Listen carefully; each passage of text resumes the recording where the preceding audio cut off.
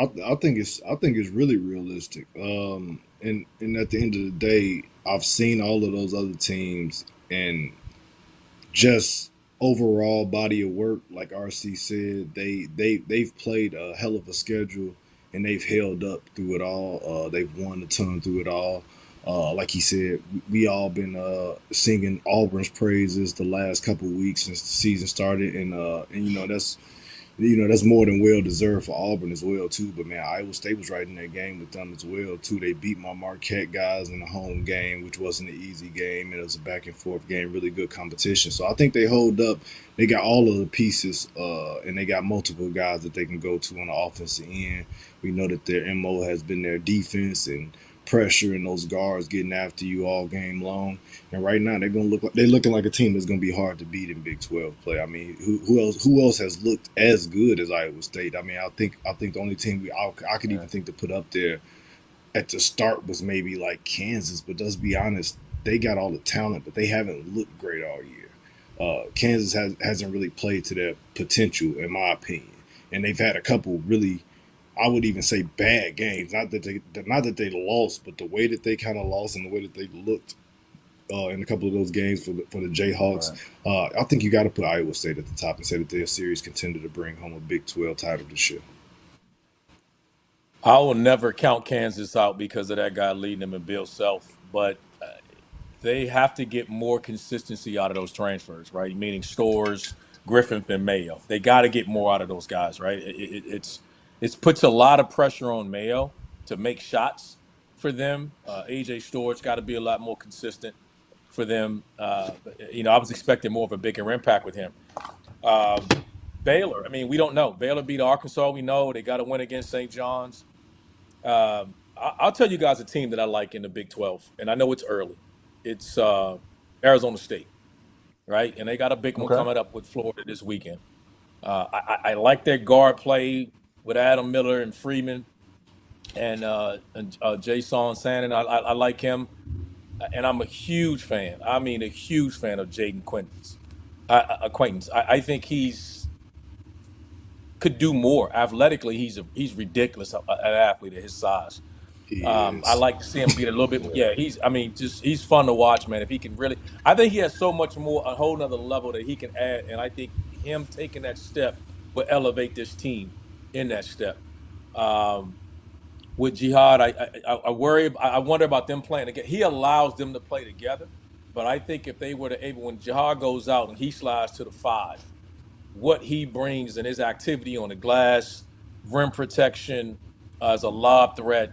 Uh, they're a team that I think could do some. There's some other good teams in the league. Like I don't know how good Cincinnati is right now because I don't know who they haven't had the Yeah. resume yet to play against good teams. I know they've ranked. I think they're good, but I don't know Yeah. until I see them up under the gun against a really good team.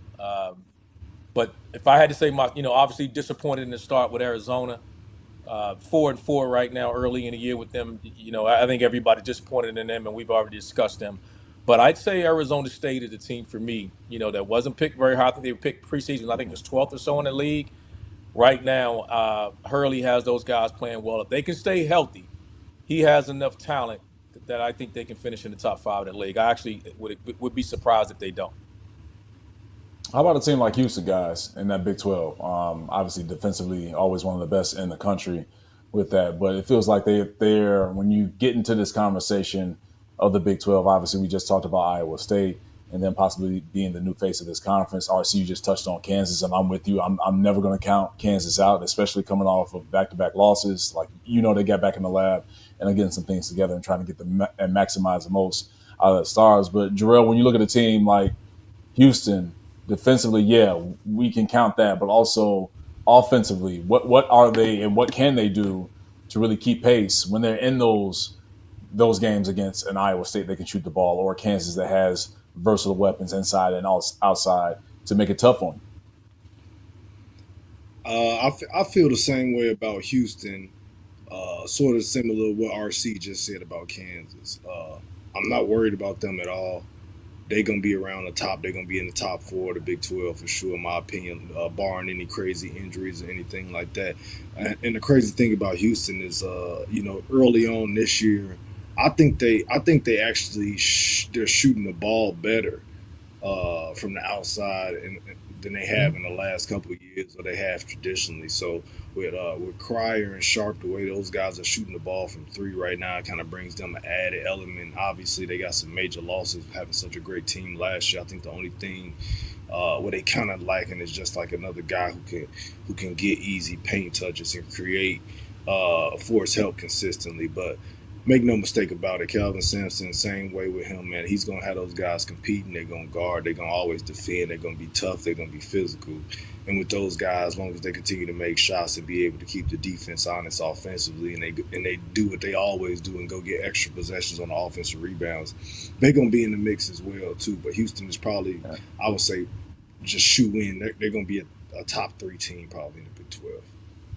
Yeah, we're talking about I some of don't the think best there's in any the Big 12. question. Yeah, I don't think Yeah, there's any yeah, question with Houston. The only thing, like you said about Houston, that if that I would add is they are shooting the ball better.